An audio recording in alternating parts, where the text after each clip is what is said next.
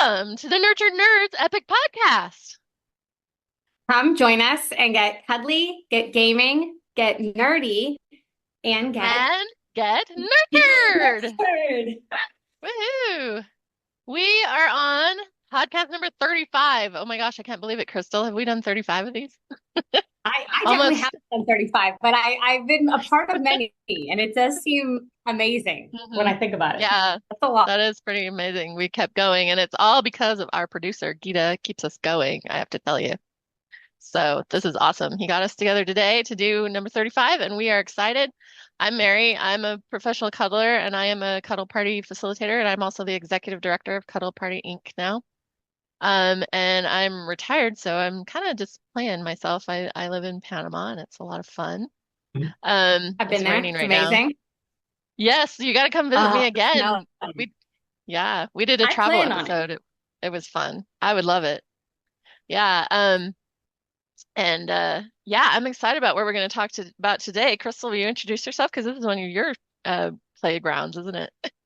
Yes. So I'm Crystal. I'm from Pittsburgh. I am a professional cuddler and have been doing this work in Pittsburgh for about 7 years. I do group events. I also do one-on-one coaching and cuddle sessions. And I'm really excited because I have been, as long as I've been a cuddler, I've also been a part of another community that is almost, like a little bit the juxtapose, or I guess the opposite of like super cuddly stuff. It is like the horror community. It is Scarehouse, and I'm so blessed to say that we have the CEO and the main like owner of Scarehouse and the creator, the really amazing man behind the scenes, Scott. Welcome, Wow, that's Scott. exciting. Hi, Yeah, hi welcome, everybody. Scott. Hi. So yeah, Yeah. I should say so. It gets a little complicated because we do Scarehouse has been around for so long. We do a lot of weird stuff. The company is actually co-owned by me and my dad, Wayne. He tends to be CFO, so he tends to do a lot of the more financials, project management. I tend to be more of the creative marketing guy. But there's a lot of crossover. Dad's doing a lot of the actual building conceptual stuff as well, and I'm doing a lot of the project budget things. But 90% of the time, like a lot of the sort of creative and marketing things are coming from me, and Dad is the one who's like, okay, well, how do we actually make this stuff happen? And yeah, I've been based out of Pittsburgh and have been I mean, I've been doing this for a long time, but the company that produces Scarehouse and Scarehouse itself, we're coming up on, or actually a little bit past 25 years. That's a big That's celebration. amazing. Yes, Yeah. yes. Congratulations. Yeah, excellent. Cool. Before we dive into the questions we've got some really great ones. As an homage to our creator, we want to talk about what are we drinking today? She always liked to share her favorite tea with us. But today I am drinking water, of course. I love my water. But I was thinking, like, what's something original I could share with you guys? I actually was making something earlier for a party, and I got this. It's actually cucumber juice. I was That's the grating some best. cucumber to It's use so in a healthy. recipe. I know, right? So I was like, "Ooh, cucumber juice. Look, it's green." I don't know if you can see. You can't really see, I can can you? kind of It's see, yes. it's It almost kind of looks like cool. pickle juice. Yeah, so I'm drinking cucumber juice today. I love that. I'm rocking my usual caffeine coffee. Um, Yeah. I always need that, although I'm down to half caff. So I feel really good that I'm Mm, trying to utilize less caffeine. I that's still good. love my caffeine, but I add mushrooms to it. So we're still making it really Oh yeah, sweet. We're still rocking that. beefy. Yeah. Scott, And have you got a drink of the day? I am always coffee. Coffee is the drink of the day. Most of my stuff comes Mm, from Trader Joe's. This is the mm. festive winter blend, but I can't show you. It isn't, of course, the Halloween license branded Michael Myers uh, mug that I got Ah, from Halloween Horror Nights a few years ago. So of yeah, this course. is the go-to caffeine delivery device in this household. Ah, nice. Yeah, here where I live in Panama is a really big coffee growing area, so I've been Oh learning a yeah. lot about coffee. Yeah, I'm sad when you guys were here, we didn't have a lot of time in Crystal and to go do some of the coffee tours, which I've done since then, and they're really cool and informative. So when you come back. That was one of my favorite memories, actually, was the stepping off the bus after like this night bus where I felt Hmm like I felt so nervous, and I was having PTSD from traveling, and just stepping off the bus after very little sleep and getting that beautiful cup of coffee at that nice little quaint coffee shop. I was like, did I just step off into heaven? Like, I just felt very Yay. accomplished in that moment. And the caffeine really lifted me, and it was just like back to Crystal. It was good. It was very good. So yes, the Power coffee. of a lovely beverage in our lives, right? Help us feel at home. But we're going to talk about not feeling at home. We're going to talk about what people who like to get scared, you know? Yeah. Crystal, you want to start us out? How did you get into this? Why is it the thing? Yeah, I had heard about. I'm kind of a weirdo, and I had heard about how fascinating it was to work at haunted houses. I think I was in maybe college at some point at a party, and someone said, "Yeah, we had to be cramped in this tiny space and repeat the same lines over and over again." And it was basically like going mad. And for some reason, that that sparked my interest. Where I was like, "Wow, I really think I want to try to work in a haunted house." And just based on my life and things that were going on, it really couldn't happen for many years. And then at one point, I felt very free, and I had just gotten out of a relationship, and I kind of was like, what do I want to do with my Friday nights, or what do I want to do with my evenings now instead of go out and party? And so I kind of switched to a new kind of party and joined the Scarehouse team. And it's been a blessing ever since. It's been a pretty amazing journey, an eclectic group Wow. of people that really welcomed me. So Yeah. Yeah. very highly of And them. how about you, Scott? How did you get into it? Were you always into scary stuff? So I was always into scary stuff, and I've been doing this for a long time. And Hmm. growing up, the expression that you frequently hear is someone being called a monster kid. I don't even know if Mm. that really exists as much anymore, but I'm a middle-aged guy, so I grew up in the 70s and early 80s watching old monster movies, getting really Mm. into more gothic horror kind of stuff, haunted houses, a little bit more than like the slasher movies and things that were certainly popular at that time. And then here in Pittsburgh, there was just a culture of once the fall hits, you went to your local haunted house.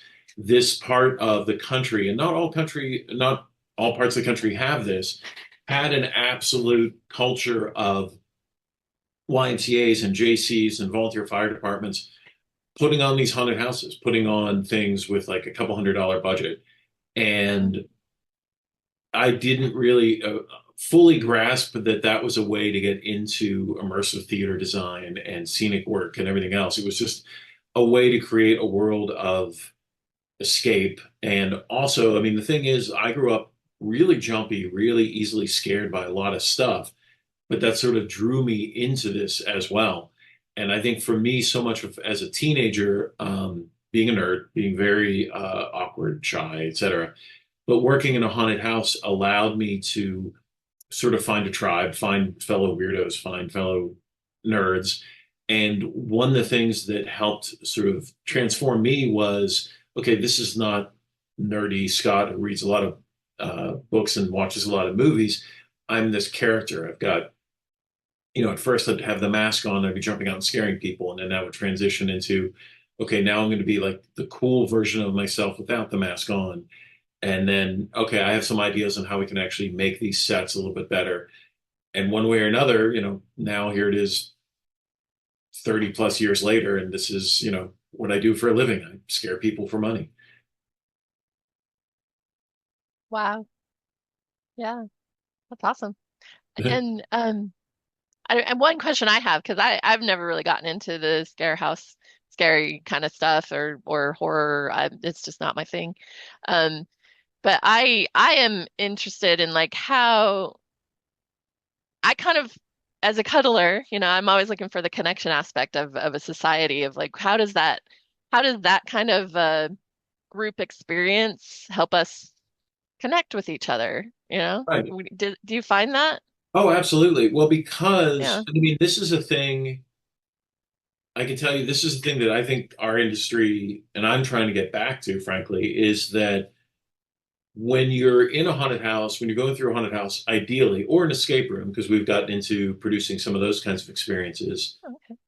ideally it's you in a group, and ideally it's you in a group of strangers. And if you ever see like horror movies or even like any people where they get together and they have this adventure, you're having this adventure and you're forming these connections because it's a very sort of high arousal state. You've got things jumping out, you've got things doing this, and it's Mhm. safe, of course, but it's allowing you to create that illusion of, man, what would it be like to be chased by the scary creature? What would it be like to face, this is the freedom to like face that scary thing in a way that I know that scary thing is not really going to get to me.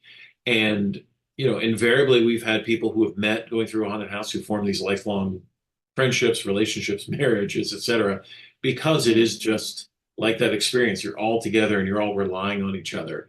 And we've transitioned with some of this stuff with the haunted house, especially with the escape rooms, into you're forming a connection because you're working together because you're able to work together to solve a puzzle. Okay, I'm going to do this thing over here while you do that thing over here. It's the best kind of haunted experiences or any kind of interactive, immersive experiences allow you to be a participant, not just walking by. And I think that's when people are actually actively doing this thing, they really form those kind of fun connections. And on top of all that, especially with Scarehouse, we've always stressed the humor of it because I think, if you see a good horror movie, 9 times out of 10 after you get scared, you laugh.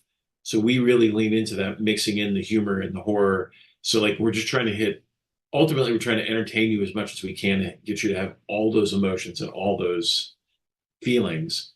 The added Mhm. layer on top of all that in terms of connection, as Crystal can speak to, is just that just as all the way back in the 80s when I was working at the Cloverleaf area YMCA haunted house and found sort of a community there, even now that this is a for-profit business, it's still an active community of like-minded people who are finding each other. And, I love when I see people who work at the haunted house who they come in really shy and awkward, and then by their third or fourth year, their their real self has come out because they're sort of finding the connections and the support from all these other people. But then also like again that idea of not so much there's that corny expression of fake it till you make it, but like, Mhm. okay, I'm going to pretend to be this very intimidating, powerful person, creature, whatever, and then bit by bit, you really are a Mhm. powerful, uh, strong person. You're just not necessarily somebody who's chasing them around with an axe in real life. Hopefully,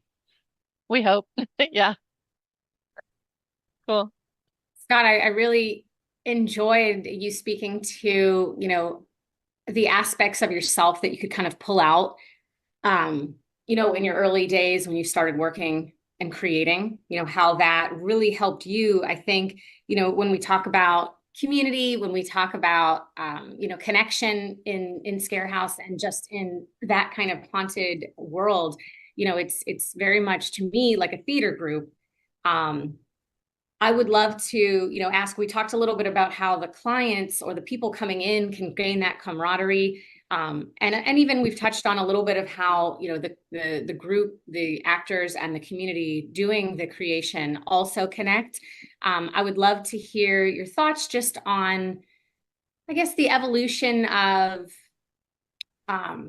people coming in, like how that works, how people find Scarehouse, how people find out how to become someone in Scarehouse, how people navigate through. So again, there's a lot of different positions you can be at Scarehouse. And of course, I kind of know the answers and can also talk on it, but I'd love to hear your perspective on just like what really goes into it. How it's not just actors jumping in, like what is the creative process? yeah, because I mean, it's a year-round process. So you've got the people who want to help design, build, paint, makeup, etc., creature design. And then once the actual haunt is open, you've got the people who want to act in the experience and the people who want to apply the makeup. And then also things like customer service and security. And like there's just so many different elements of, frankly, putting on a show. Yeah. And Scarehouse as an institution has been around since 1999. And just, I could say the way of bringing people into the cult or the family or whatever you want to call it has changed over time. Um, when we started it, and I mean, we're still doing this to some extent, but it will just be general. There's sort of well-used line that gets used by all the haunted houses out there trying to hire people. And it's always like, it's, get paid to scare people, or it's fun to scare people, etc. And what we found over the last several years really is so, especially over the last few years, like our new people coming in has really started to diminish, just like a lot of other businesses out there trying to find people who want to come in for sort of short seasonal work is very, very tricky.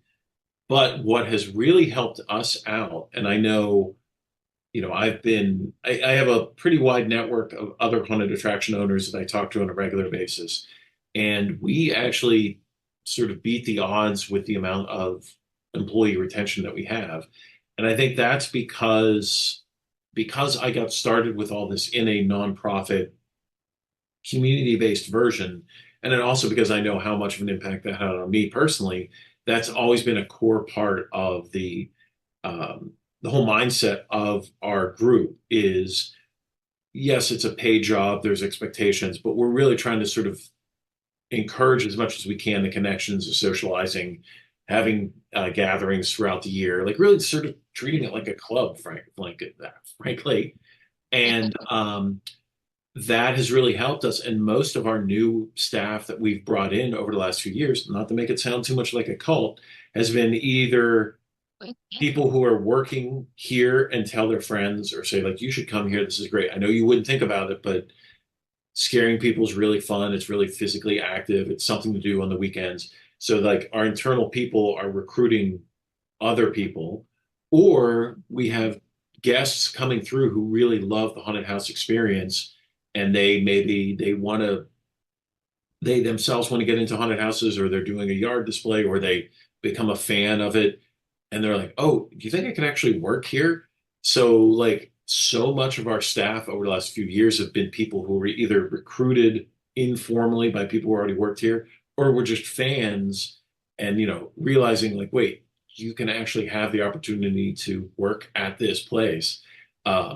We still spend a lot of time and money every year putting out the ads and trying to like recruit and hire new people, but that percentage of people who come in that way is getting smaller and smaller every year. Thank you. I definitely agree. I feel it sounds like you're doing it right. I've been a member of theater companies in the past, and I know the ones that can really help us feel like a family, like like we're a company, we're an ongoing thing, like Yeah. we're not just doing one project. Like that makes people want to stay. That really helps a lot because we Yeah. feel like we belong. We find our place, our people. Yeah. Well, and Yeah. we are very we are not.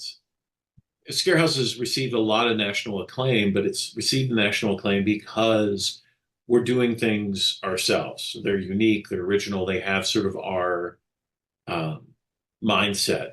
We are not like there have definitely been some characters where like, okay, we're sort of clearly influenced by that vibe or that character, or sometimes we'll be approached to provide characters. Like, for example, I referenced Michael Myers earlier. Like, we've done a couple events where like they're doing a screening of the original Halloween and they want a Michael Myers in the audience. Like, okay, we can do that. But within like the Scarehouse branded product, which would either be the haunted attraction or the escape rooms or the basement or the dark ride or any of this stuff, we always try to sort of not only come up with something unique and original, but 9 times out of 10, sometimes those characters are actually intermixed with the actual performer who is playing them, which is really fun, admittedly, sometimes a little risky, but that, other haunted houses and other haunted attractions out there and other theater events might have like an iconic character or an iconic something that they create involving a mask and a costume and this. Frequently at Scarehouse, especially for the last 10, 15 years, it's, oh, there's that actor playing that character that they helped co-create. And, that's fun for me to sometimes be walking through the city of Pittsburgh and see somebody wearing a Scarehouse shirt and realizing that person's face on your chest is somebody I've known personally for 20 years. And that's such a trippy thing.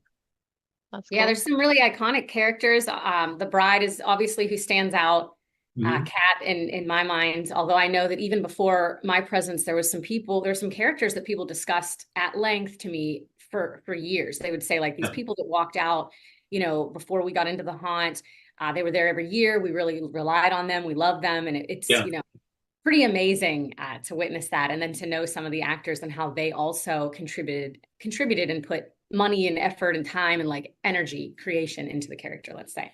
Well, and now knowing that I'm old enough to know that like there are people who've been working for us who they said, I remember this was a while ago, getting to know new actors, and they said, "Oh, Scarehouse was the first haunted house I ever went to."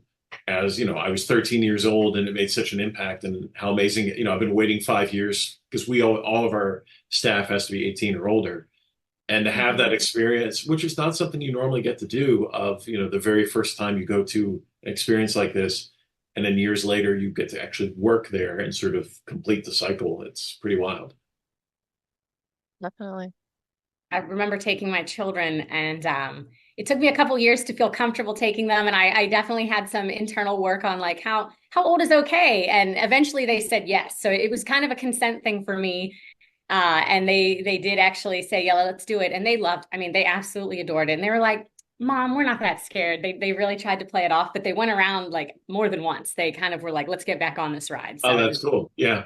Well, and I know I tend to go off topic, sorry, but the it is still that thing for kids going through the haunted house, like your first big scary haunted attraction, your first big scary roller coaster. It's that rite of passage that goes all the way back to, the first time you have to go in the scary cave, all the way back Yeah. to the cavemen, like Mhm. prehistoric era, like that thing. And what is great about it is I always stress the importance of consent. I drives me nuts when I see parents dragging their kids in. Like, Yep. don't do that. Oh, Don't do that. Number one, yeah, that's don't do not that. cool. Number two, like frankly, like It's you're Scarlet. ruining my future customer. But when that person is ready to have that experience and face that thing, they come out so charged up because, and we're featured fairly prominently in a book about this very topic, that the Mhm. power of facing that, and you get the endorphins in, and then you feel so much more powerful, and you feel like, well, I can accomplish anything. I can, that kid who is maybe a little too scared to raise his hand in class and do whatever, indirectly he went through a haunted house and he was able to do that, and he's ready to get his driver's license, and like that rite of passage that we're continuing is really exciting to me. Hmm. I hadn't even thought about it that way, but yeah, that is an element in many cultures that you have to face the scary thing and prove you can get past it, and then Yeah. now you're an adult, right? Or Yeah. you're ready to move on in your life. Yeah. Hmm. Very interesting. Since you brought it up, I'd really love to hear like what are your consent practices? Because to me, being a consent educator, I kind of feel like, well, going into a scary house, I don't know what's going to happen there. Yeah. Do I tell them if they're allowed to touch me or not, or you know, those kind of things. Well, How do you help you train your people, and do people sign a form when they come in, or how do well, you do it? so we've been producing a lot of different kinds of experiences, and I think that's Mhm. largely frankly, the future of Scarehouse is going to be sort of we are blowing stuff up a bit, Mm. because for a variety of reasons, some of which are too long and sad and scary to talk about. But um, for the longest time in our business, there was Scarehouse, and it was a very popular haunted house, and it was like, oh, in multiple markets, not every market, but multiple markets, there's usually a handful of these haunts that are like Scarehouse, where that's where everyone goes. There are thousands of people. It's lines of people going through. And I think that's Mhm. really cool and really fun and really exciting, but also kind of limiting in terms of the kind of interaction and experience you can have. And Mhm. what our team has been doing for the last really now 10, 12 years is experimenting more and more with these smaller, much more interactive and much more immersive experiences that do require much more, not only active participation from the guest, but also consent. So, Mhm. Scarehouse is a little bit more of a traditional haunted attraction where you are buying your ticket and you're walking through and you will not be touched and there's a, safety procedures in place. What we've become fairly well known for is a thing that we've been doing for a while called the basement. And that is what is considered much more of a, when we started, we were tended to use the language of a quote unquote extreme haunted house. I've sort of backed away from that. But the basement as an experience is something where, as a customer, you are going in and you have an actual waiver and you are saying, Mm. I consent to being touched. I am aware of there's going to be some more adult subject matter. There's going to be harsh language. But Mm. the thing that we always stress in this, and there's a safety word, and that's the thing we always stress is the safety word is there because we want people to understand as a guest, like ultimately you are in control of this experience. And the Oh, good. safety word is not, because there are other sort of extreme experiences that treat it almost like a fraternity hazing. Like they want you, they're Mm. like trying to force you to say this safety word. And then if you say the safety word, they're going to mock you, they're going to make fun of you. And we have always made a point of saying, that's not what this is. We That doesn't want sound you to fun. go in and have this more intense kind of experience Yeah. and understand that we're, even when people do say this is too much, I'm going to say the safety word, which is bunny. And the reason Mm. the safety word is bunny is because we have this iconic Scarehouse character of the Scarehouse bunny. We want people to know, like, even when they say the safety word, the actor will stop and say, "You sure? Because I think you got this. I think you're almost, you can probably, I think we can get you through this." And it's interesting within the basement because when it started, again, 10, 12 years ago, at the time, there was sort of a pride of like, how many people are going to bunny out? How many people are going to get so scared they can't Mm. continue? And then over this last year, this last season that we did it, the mindset changed to, we're still going to give people the most intense experience we can. We're not pulling back on that. But the idea is not to like punish people for or like bend them to Like consent. that. Just being like, okay, you sure? And it's interesting for us in terms of the onboarding of the consent process. When we first started Basement, we tried to be a little bit cryptic and mysterious about what's happening, what's going to go on in there. And very quickly, I think it was within the first night, we are like, oh, people were not, we thought we were doing a pretty good job of communicating the kind of experience they were about to have and realized, oh, we were not doing that at all. Because like somebody was in the third scene, and like, why are they using harsh language? Why are they touching me? So Mm. the onboarding for Basement over the last 2 years has been um, all the marketing talks about what it is. When you buy a ticket, you have to click a thing, a little opt-in thing on the website saying, I've reviewed the waiver. I'm aware what's going to happen. When you get there in person, we're checking your ID and we're like, here's the waiver. Please read it in front of me, son. And all of that has really eliminated this kind of shock and awe of like, whoa, what's actually Good. happening in here? Like as many steps as possible before they go in. Like, here's what's going to happen. Here's what's going to happen. And it's kind of the website is hilarious. When we were doing it, it was kind of hilarious because it had so much detail. And frankly, in some ways, I'm like, we might be going. It's sort of in some ways backfired because it had every little moment that happened and people's imagination starts going, what does that mean? Like it's okay, it just became an ongoing thing.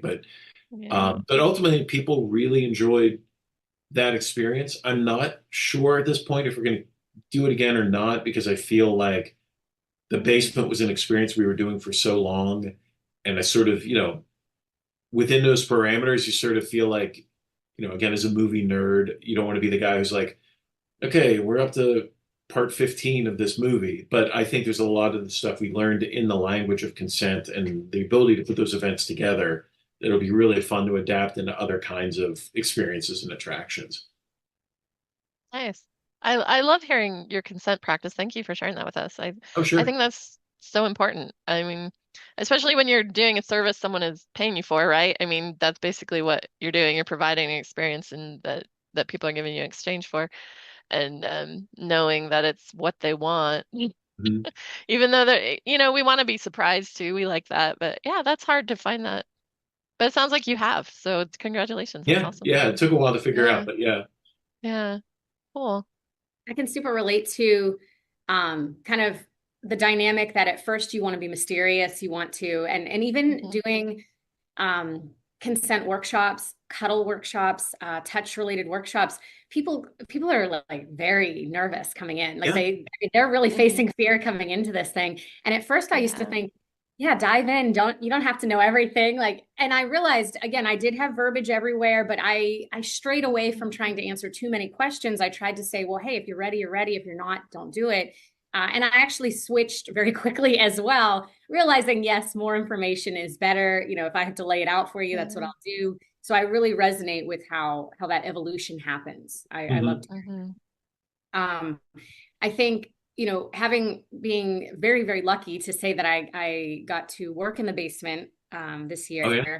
I felt so honored. And I actually felt a very similar vibe as well of the empowerment. And at first I did, I think, almost play the Loki vibe of the like, oh, let's push him, or the trickster type, like, oh, let's be a little more intense, let's say. And I was just really grateful because the people, the managers, of course, JJ, that help facilitate everything, Melissa, yourself, really play to the actor's strengths. So again, I'm not actually a very scary person, but being able to really hone in and say, well, what is this person good at, or what do we think this person can really convey, and that comes into what character you get to work with. Yeah, absolutely.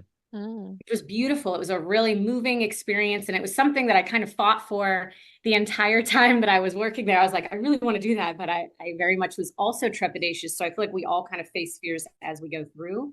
You know, Scott, you and I have talked very briefly about a book that I haven't read yet, The Gift of Fear. And I know that, you know, you've had even psychologists kind of helping and working with you in some ways. And you really have thought a lot. You've gone really in depth about why people want to be scared, or what really can support. We talked a little bit about the cave. Is there anything you can expand upon about that evolutionarily or nurturing wise, the reason people are benefited by fear?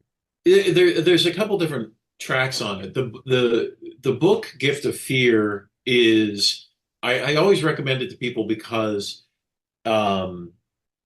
that's sort of a different kind of fear. Like that's the actual like day-to-day, like being aware of your surroundings, being aware of the terrible things that can happen if you're not just a little bit more street smart and a little bit more aware of what's happening. But, and it always sounds like I'm contradicting myself when I say it, ultimately going through all that process and sort of opening yourself up to all the bad things that can happen is actually freeing. And the point of reading that book and going through that process is not to live your life in fear and being worried, oh God, I don't want to leave the house. Of just being like, okay, just here are the steps I can take to be a little bit more aware and trust my gut to avoid kind of experiences that'll be so much worse, and actually be able to live a better, more comfortable life because you're much more in tune with the things you can control and the things you can't. So there's that sort of element of it. The sort of recreational fear, if you will, the fun fear of horror movies, roller coasters, haunted attractions, scary escape rooms, because they all sort of exist on a very similar frequency.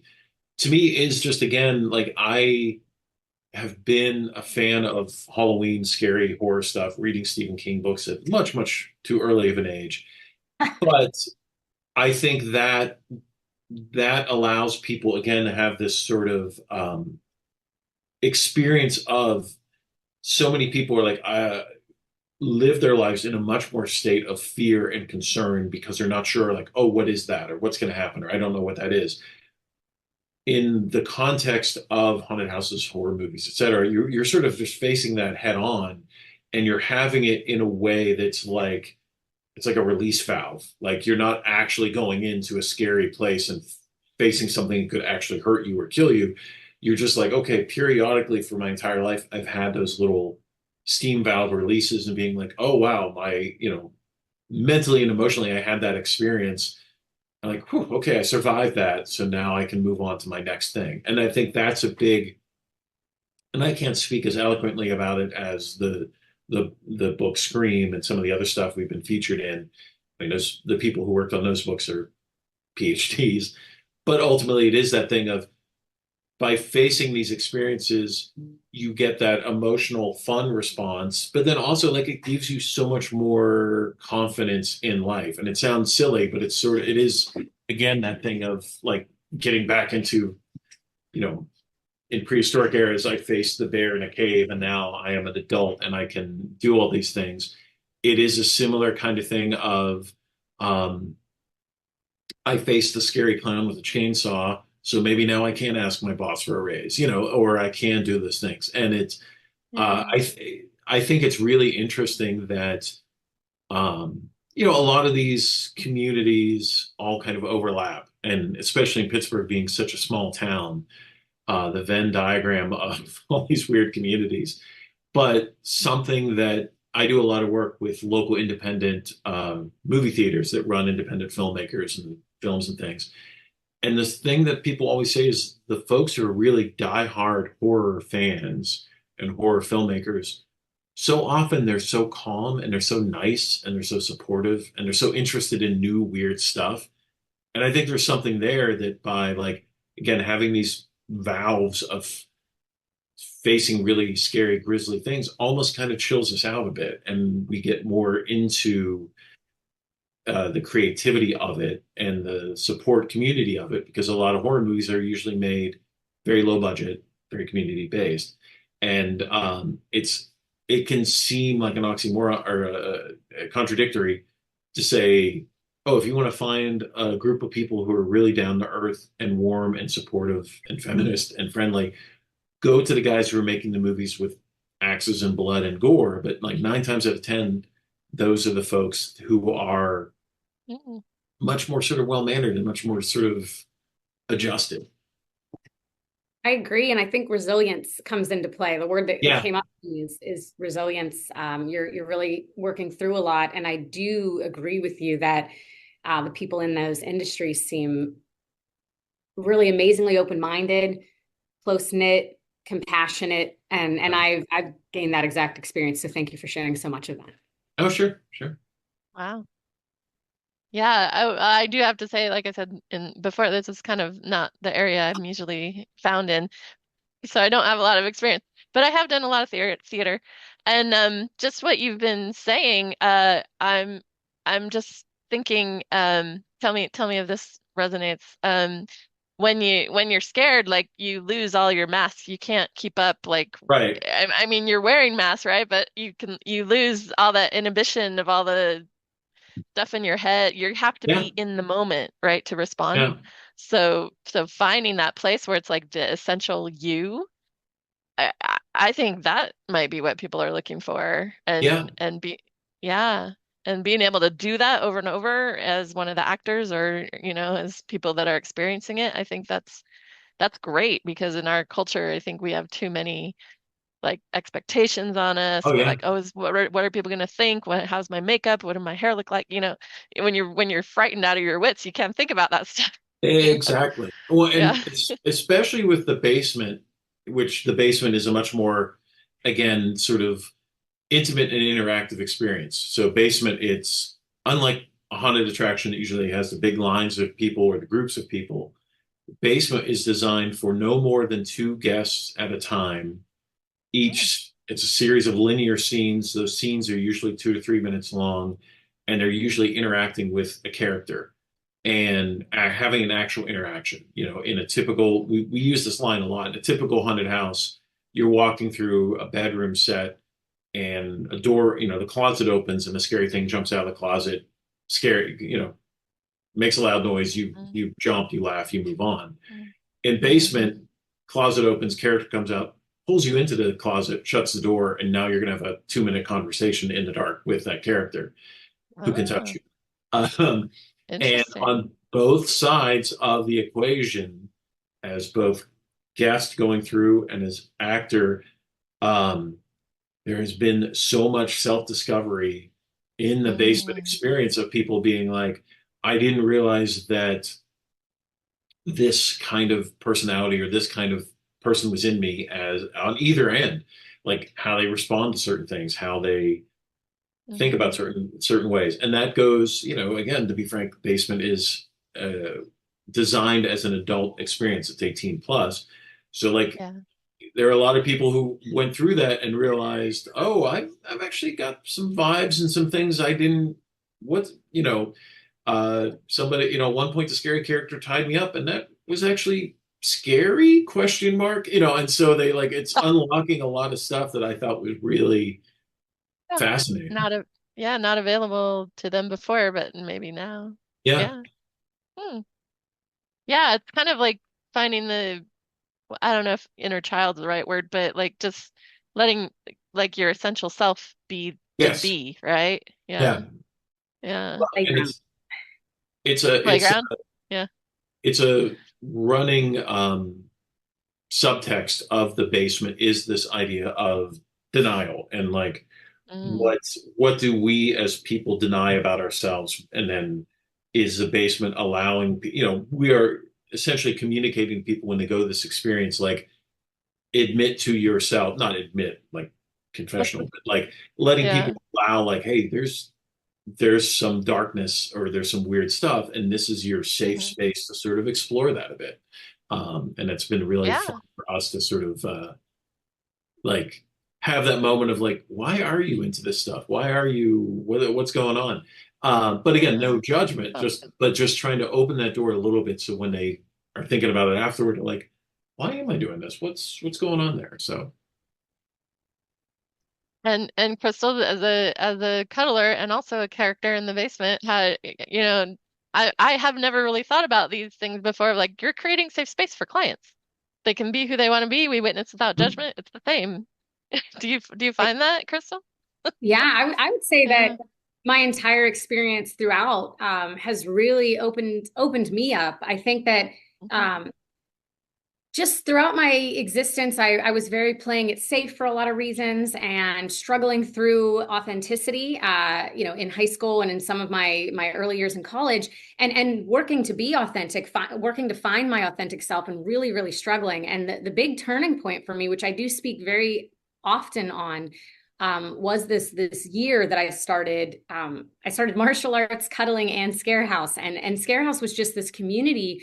They were these amazing humans that were like, oh, you like crystals and tarot? Oh, cool. Like, that's okay. And I was like, oh, okay. And, Yay. it actually got a lot deeper, throughout that journey where even being able to explore a darker self, explore a more sexual self, explore a more Mhm. just aggressive self and be okay with that, creating that safe Mhm. space Mhm. from my perspective as somebody who I really acted very minimalist, meaning I only acted a handful of times throughout my time at Scarehouse, but those were really powerful moments. And even just being in that community allowed me to do so as well. So I thought Mhm. that I first off agree with you wholeheartedly. And I think those safe spaces where we can expand and explore the aspects of Mhm. ourselves is actually essential to human evolution and movement. yeah, yeah. Well, Absolutely. I it's a movie reference, but I'm a big fan of the movie The Babadook, which 10 years or so ago, and scary movie, but ultimately the Babadook is a metaphor for depression, darkness, etc. Okay. And that's the same thing, like that idea of um, if you don't at least embrace, not even necessarily embrace it, but at least acknowledge it and deal with it. If you just try to Hmm. pretend that this is not part of whatever these various quote unquote dark aspects are, if you try to deny them or if you try to uh, pretend they're not there, it's so much worse. It is. Absolutely. Completely agree with that.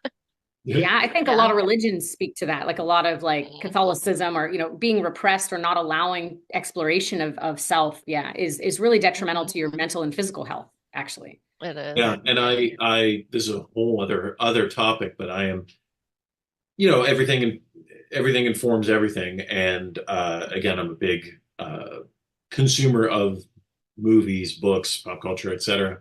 I find it so interesting that they're number one. This is in terms of movies, this has been an amazing year for horror movies in particular, and Mm. there are so many movies this year in particular that speak to uh, basically female female empowerment or there or actually the lack of. Mm. And so like the fact that there were two different movies dealing with oppression of women via Catholic churches and nuns. Like there were two different movies about nuns and Antichrist that came out this year. Movies like Mm. I'm spacing on I'm sorry, Substance. Like a lot of movies dealing with this stuff that is very much front of mind in culture. And I Yeah. love when the quote unquote scary horror stuff. I think when people look back at the year and they'll be like, oh, some of the most pointed commentary on what's happening right now in culture and society is coming from those weird horror movies like Substance, like Cuckoo, like all this stuff. So that's I think the other thing that's really interesting is that, and why I think you see so many community and creative people going towards horror in terms of haunted houses, immersive experiences, but Mm. also the movies is it's um, a form of art that allows the really big swings and the really crazy metaphors and stuff that you can't necessarily get in other forms of creativity. So, That's very true. Yeah, freeing to just explore that kind of stuff in a place where other people want to explore it. yeah, yeah, That's great. That's really awesome, Scott.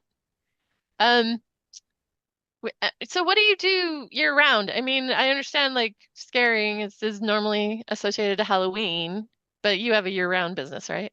yeah. I'm just It's curious. like all of these, the scale of Scarehouse is very big, and like all Mm-hmm. of these productions, like even though they're only true, like the escape room aspect of it, that at least allows for year-round revenue, which is very nice. Okay, that's But good.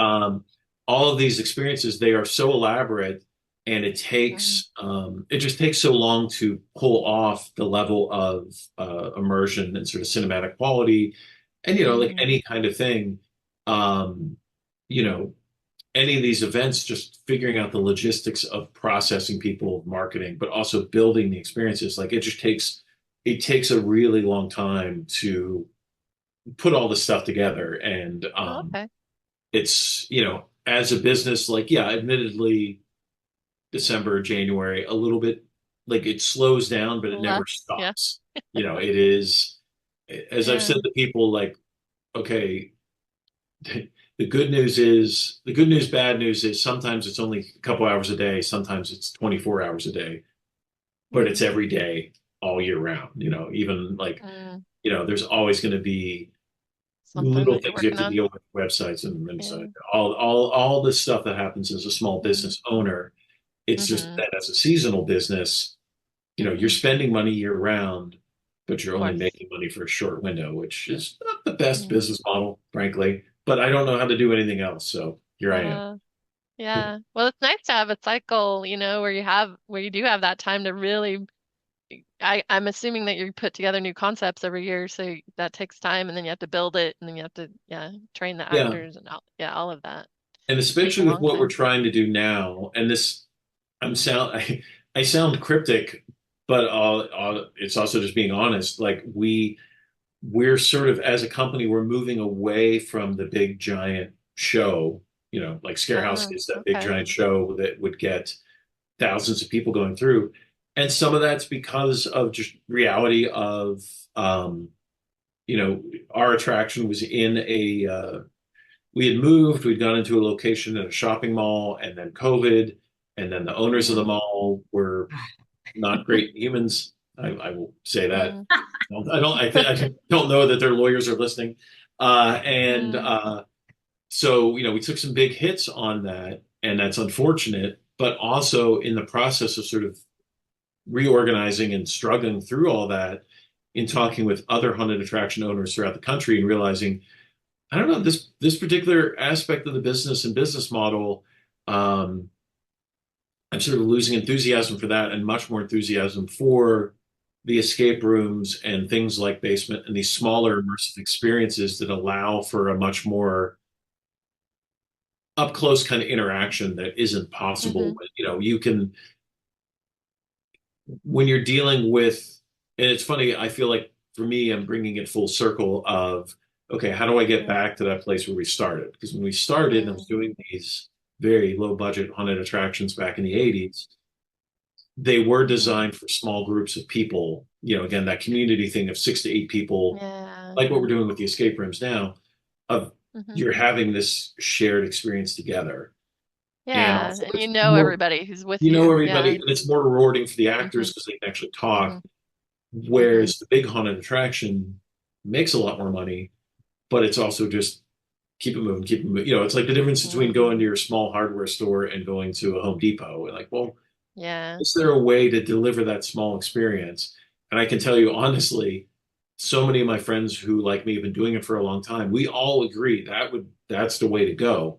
But none of us have figured out how to do it and actually have it as a sustainable business model so that we're making money year Mm-hmm. round. And I'm like, Oh, well, yeah. I like it or Mm-hmm. not, I've got to figure that out. So Mm-hmm.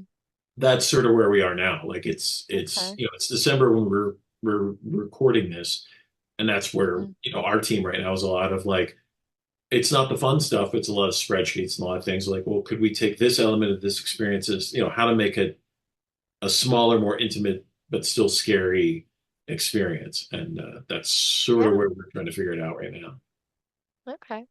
I think you will. I have confidence. Okay.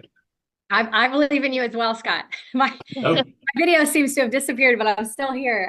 I really, it sounds like you have a very large amount of work on your plate. And I would love to hear, I know we don't have too much more time. I would love to, first off, like, thank you for all the work that you've done in the city, in this industry.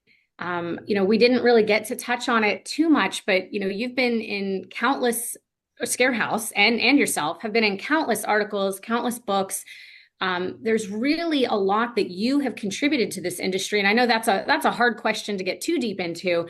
But I'd love to hear about. I know you also have been influenced by the industry. You've gone to Universal. You really do your research, your homework, field trips to different haunted houses. Is there anything you're open to sharing about your major influences, or even how you think Scarehouse has shifted what we do? I know you've already talked a little bit about where the industry is going, smaller, and mhm. that's across the board. But anything else that you can share about your influences or how you? Yeah. Oh, yeah. I would say, and this has sort of been the guiding star for me for a long time, is I think that whenever you're in any kind of business or industry that's a little unusual, like cuddling, say, um, it can be tempting to just sort of stick to your own industry and your own community for Mm-hmm. inspiration and ideas. And right from the beginning of not only being in like I had a career in television, video production, marketing, etc., and was very fortunate for a lot of elements to come into place. But definitely in that world, I was way over my head for most of my career, and then just sort of swam up to where I was supposed to be. And I think that sort of informed as we got into the haunted house, as we launched Scarehouse, it was okay, obviously, I want to spend as much time as I can with my fellow attraction owners and designers and be part of that community and network and learn from them and share our ideas. But I was, and then and now, remained very, I think it's very important to look to what are others doing who are actually like way above us. Like, what can I learn from what the Yeah. theme parks are doing? What can I learn? And then also like related things. Like, there's some fantastic stuff happening in the museum space right now with adding interactive elements to museums. Oh, There's yeah. a group that's been doing interactive role play kind of experiences within museums to Oh. basically optimize a museum experience to make it more interactive. And that's like a big Mm. interactive and immersive especially is like a big buzzword that a lot of people are arguing like, what does that even mean? Um, but looking to them or going to, huge events, going to uh, stadium shows and big theater shows and seeing like, okay, obviously I don't have their budget, but what are they doing to make you feel a certain way or to sell a thing? And I think that's why Scarehouse was always able to get a lot of the attention it did is our willingness to embrace weird and unusual concepts too. I think that's a thing of Mm. because I've been doing this for so long, I often think like, when we would pick a new theme, we might have to spend a whole year getting ready for that theme. And then just because of the nature of it, some of those elements of a set or a theme or an attraction have to be around for years. I'm like, I'm Mhm. not going to do something unless I'm really interested in it. Like we did an experience that we called the summoning that was far and away the most elaborate, expensive experience we'd ever done. And also because of that, it stuck around for a while. And it was Mm. all set in the 30s and it had a very specific aesthetic. I'm like, cool. That's so much more interesting to me than like, okay, we're going to do clowns in 3D. Like I've seen that. I was bored with that 20 years ago. I'm really bored with it now. Um, so like finding the interesting ideas, but then also a willingness to approach other businesses or other even people who are, a little bit farther up. And so much of what we did in terms of like getting awareness and forming partnerships with Scarehouse. I mean, again, we for a few years there, we were actually working directly with a big movie studio and we were working with film directors and things. And that was just because, you know, how to say this, there's always that thing of like, oh, I can never go and talk to so and so because I'm a nobody. And I, right or wrong, have always been like, no, I'm going to go talk to him. Like, what's the worst they can say? Nope. Um, and so often, you know, there's been a willingness there of you guys do this weird thing, so I want to talk to you and how can I, help elevate what you're doing to this new audience, new thing. So that's a very long rambling answer, sorry, but the caffeine's kicking in. But No, that's I been love it, that. like Yeah. willingness to take ideas and sort of punch above your weight class a bit, not in a Mm. way that's disingenuous. Like I've never tried to like pretend in our marketing or anything else that we have more money than we do or whatever, but just being like, if right or wrong, if I'm in a room full of people and I see some people who are doing something that I think is really exciting and interesting, I don't have that thing of, well, they never want to talk to me because I'm a nobody. I'm like, no, I want to see what they're doing with the big boys are doing. So That's great. Yeah, I mean, the, the people that I have met that other people consider famous or unapproachable or whatever, the good ones are always approachable and they know that they're people and yeah, we're all worthy at the end of the yeah, day, yeah, yeah, So I think that's a great attitude to have of like, hey, I'm doing a thing, you're doing a thing, I'm interested in your thing. Can you tell me about it? yeah, yeah, That's absolutely. amazing.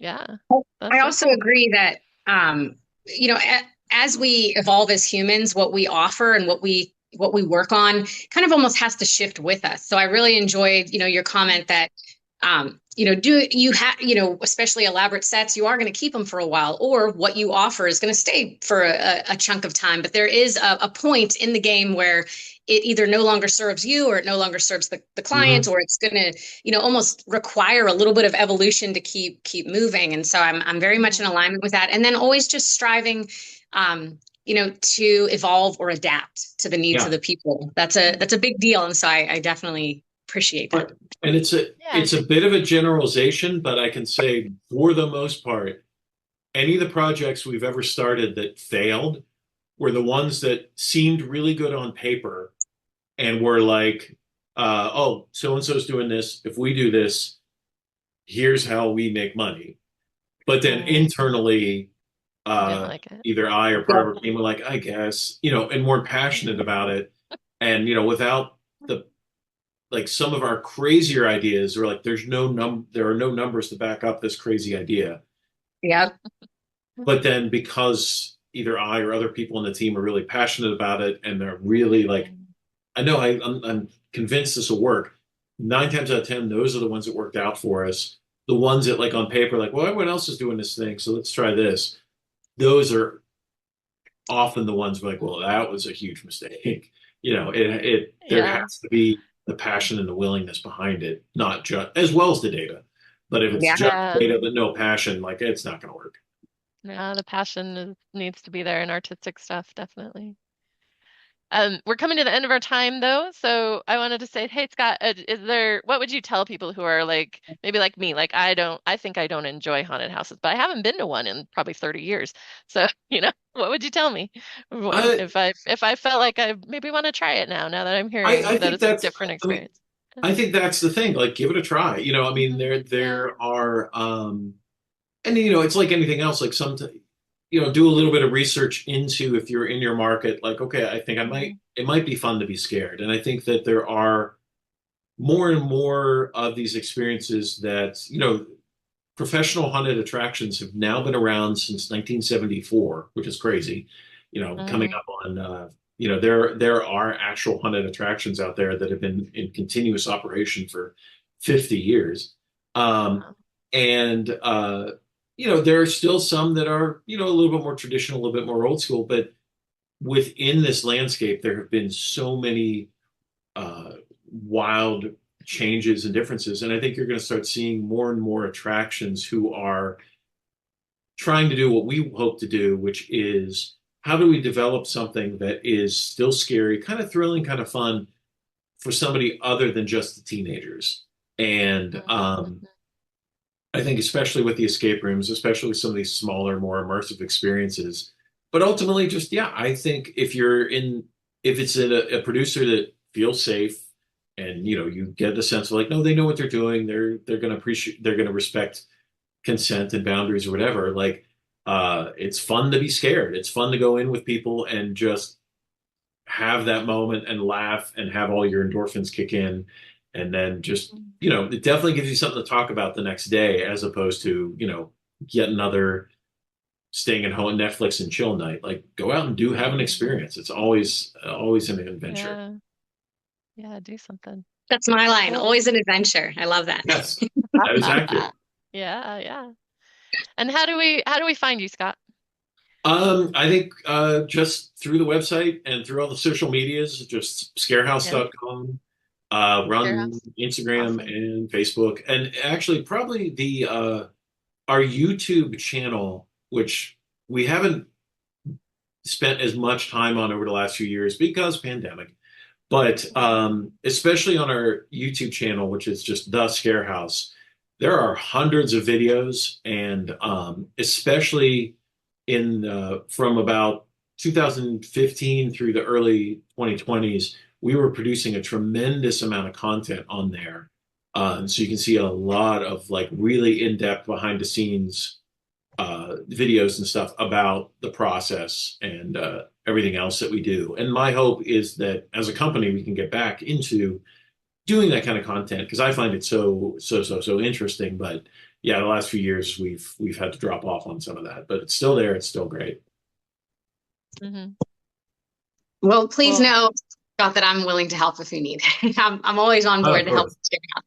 I appreciate that. Mhm. How are you feeling after doing this? And I may have cut you off, Mary. Do you have any other closing thoughts, Mary, or any other No, questions? You? that was it. Yeah, just Oh, that's great. Yeah, I yeah. apologize. I have to go, but yeah, Hmm. I'm looking at my clock like, oh, I know. We gotta let you go. We're gotta so Yeah. enjoy that. grateful that you could be here, Scott, and really, really Hmm. Oh, honored to chat with you today. no, this was fun. I'm Hmm. grateful for the invitation. This was very fun. Excellent.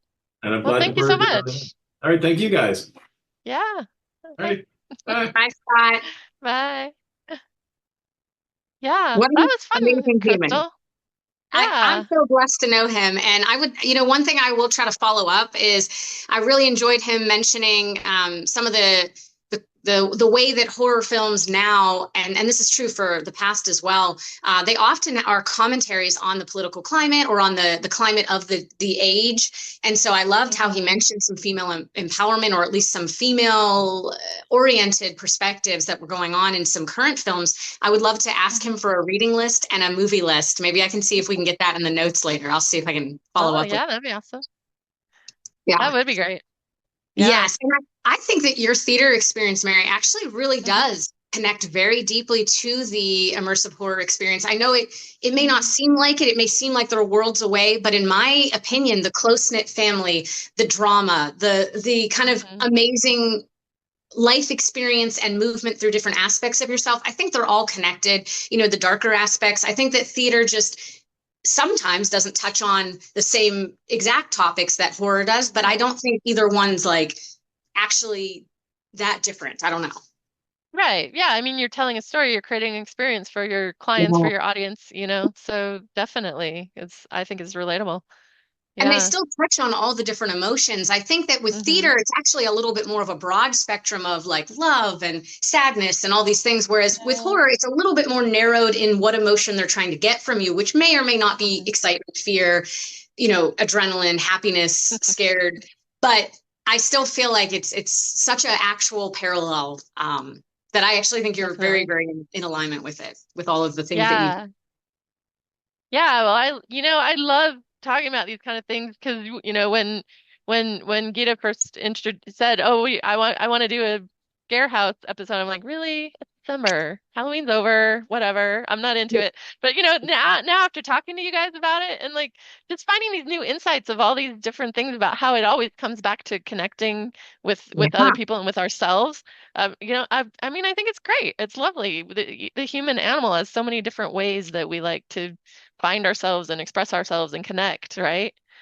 And I Yeah. agree with that. I agree that we all have different, and I always say this, or at least in the past, I always used to say, we're like puzzle pieces that are ever changing. And so what therapy works for me today might not tomorrow.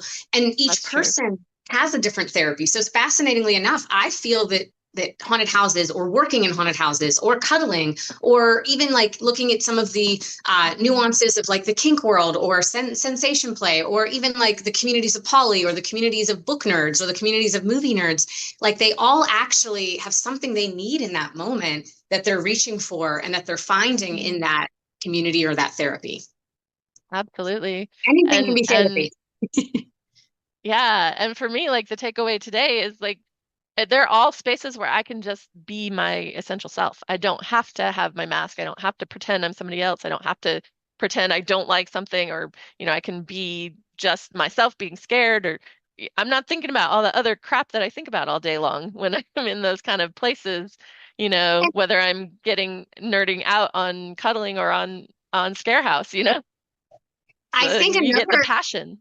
Yeah. Another really important thought is, we talked about consent pretty heavily. Even Scott said, like, don't drag your kids there. Don't even drag yourself there. And the thought that I have is that, we sometimes push ourselves. And I think that's a beautiful thing to lean into edges, to do that where you feel safe. But if for any reason your gut or you don't feel safe, to be candid, I actually think you can do more damage than good when you push too hard.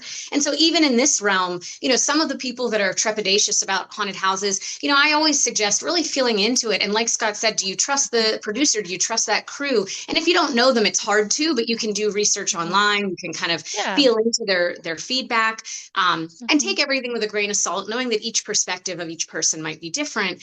But I really resonate with try it if you feel called to it. And then, if your gut's telling you no, then trust that as well. Absolutely. Yeah. Thank you for bringing that back. Like, don't do it if it doesn't feel right, But if you're like, ooh, I don't want to do that. Oh, wait, I'm thinking of it again. No, but I would never. That means maybe it would be good for you to do it. I think there's a difference there to find out. So. I think cuddling really taught me that foundational work of like lean into edges when you can, but also don't rush it. I have all the time in the world. I love it. Yeah. And of course, when you're ready, you'll be ready.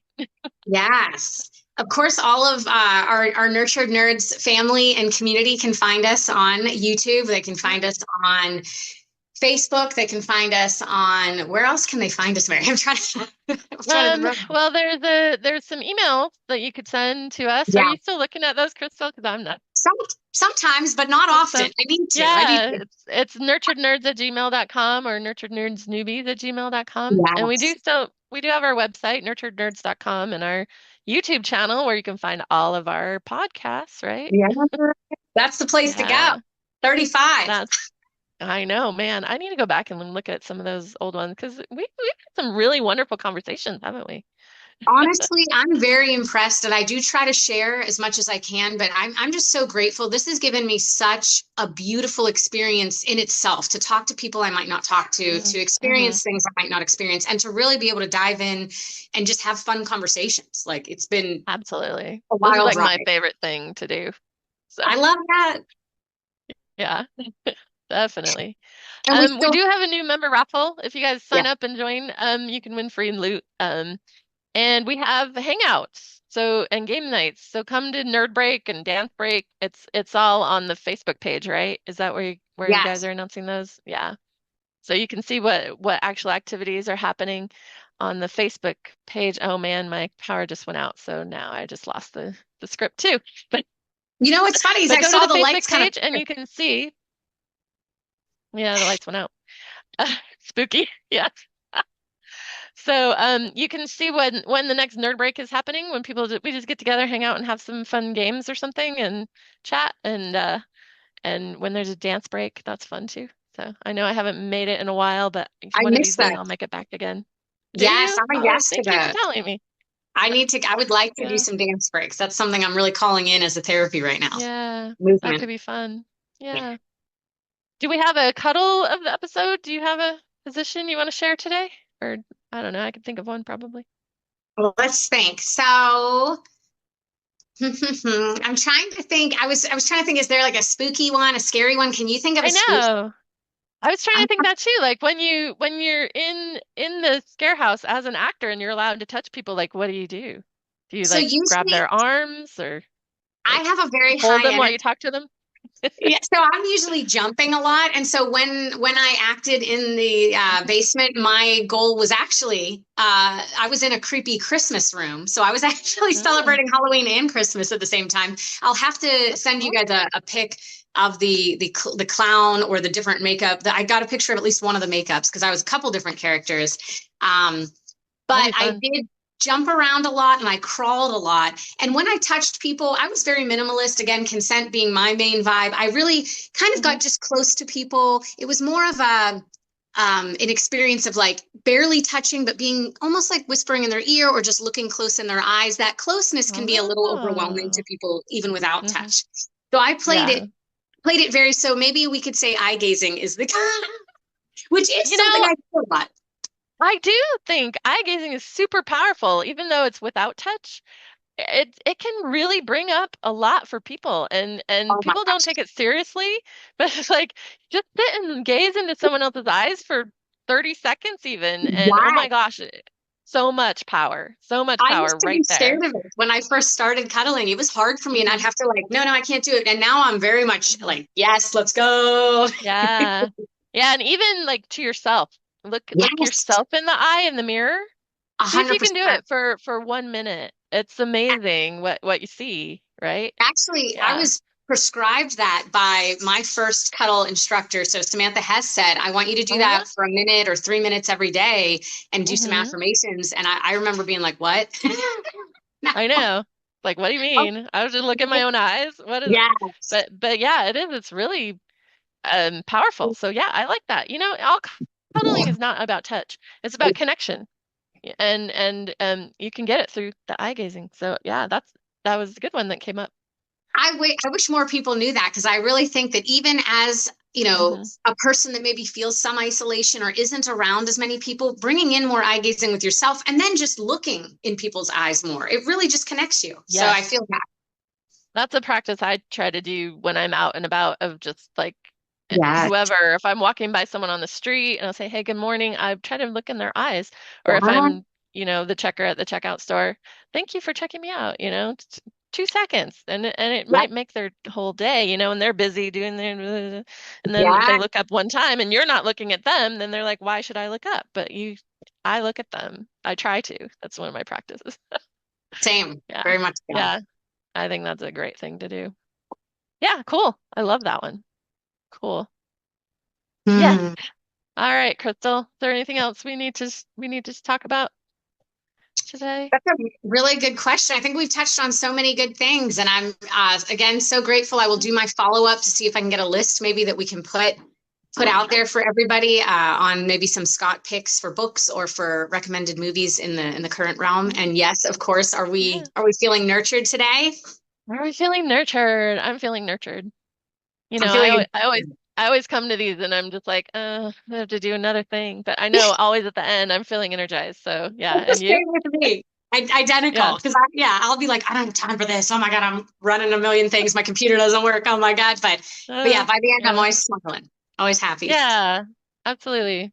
Feeds my soul. Yes. And grateful to Yes. see you. Yes, and you too. Yeah. Anybody want a hug? I will share a hug if you want it. Super hugs. Thank you. And bye, everybody. Bye. Yeah.